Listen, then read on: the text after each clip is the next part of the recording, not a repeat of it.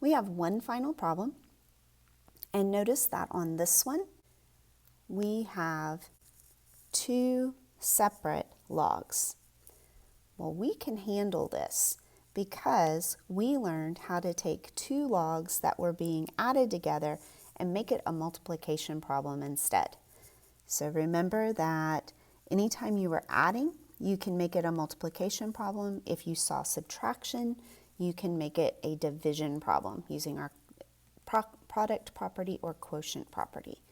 So I can say that this is the same thing as the log of 2x times x plus 5.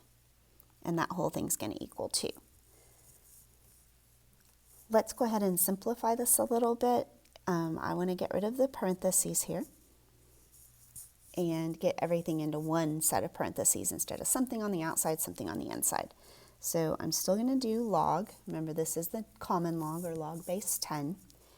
And now 2x times x, well, that's 2x squared. 2x times 5 is 10x. And that's still equal to 2. All right, so I have the common log here. I want to get rid of that because I need to get those x's out of that log. Remember that this is the same as a log base 10. And so in order to get rid of a log base 10, I need an exponent base of 10. So I'm going to write a great big 10 here, and now I have 10 raised to this whole thing as an exponent. I got to do the same thing to the other side. 10 raised to this exponent, well, that's just 10 squared. 10 squared is equal to 100.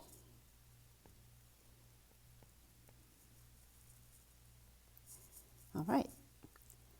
The whole reason of making an exponent base of 10 is so that it would cancel with the log base 10. And now I have 2x squared plus 10x on this side, 100 on the other side. All right, I see that I have a quadratic, and in order to solve quadratics now, I need to get everything to one side and set it equal to 0. So I want to subtract 100 from both sides.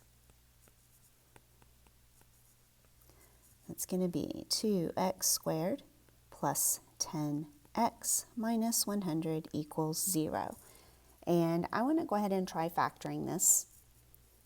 I see that I have a greatest common factor that I can pull out to start. I can get rid of this 2, and that'll be nice because then I'll just be left with an x squared here.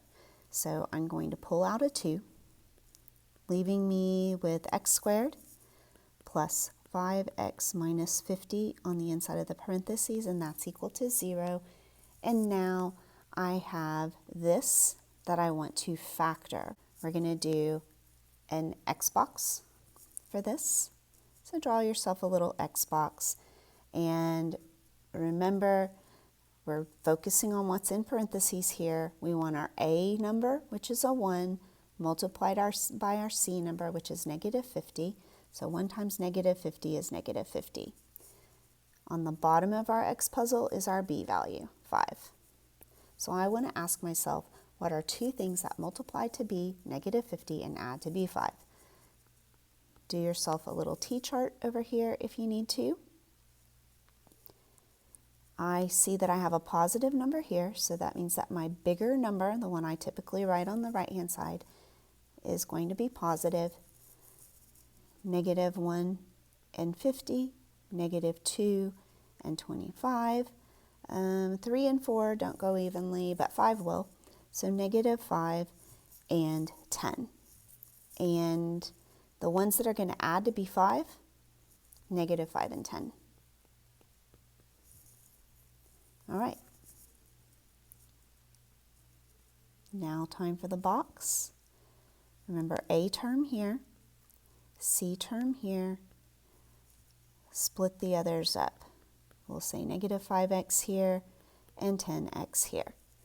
GCF across both rows. X squared and negative 5x, well, those have an x in common. 10 and negative 50 has a 10. Now we go down each column. X squared and 10x also has an x in common. Negative 5x and negative 50, well, that needs to be a negative 5. Remember that the negative here is because we have a negative in the box we're about to write next to. All right, so our factored form, 2 times x plus 10 and x minus 5. And that's all equal to 0. Remember now we set each of these little pieces equal to 0. 2 equals 0, well that doesn't make sense, and in fact you can think of this as dividing out the 2 because it's just a number. There's no x there that we would be dividing by. X plus 10 equals 0, well that's going to give me an x equal to negative 10. And then when I set x minus 5 equal to 0, well, when I move the negative 5 over, that gives me x equals 5. But I still have to check both of these. Remember that the check is that I need to make sure that nothing that I'm taking the log of ends up being a negative number.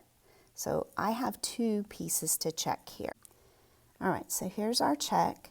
I'm first going to try negative 10.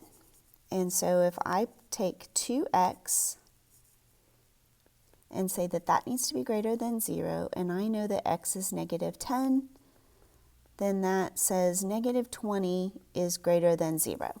Well, that's not a true statement. Let's put a cross through there to say it's not greater than 0.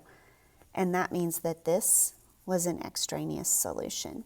I don't even need to check x plus 5 greater than 0 for this x because I'm already done.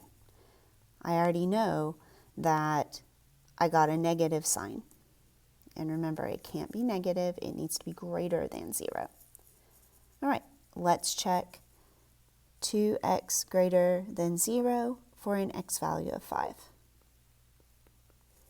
10 greater than 0, well that works. But I still have to check my other one. X plus 5 greater than 0.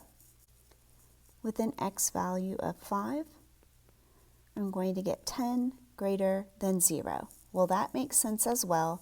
And since both of these things that I'm taking a log of are greater than 0 when I plug an x value of 5 in, this one is a true solution.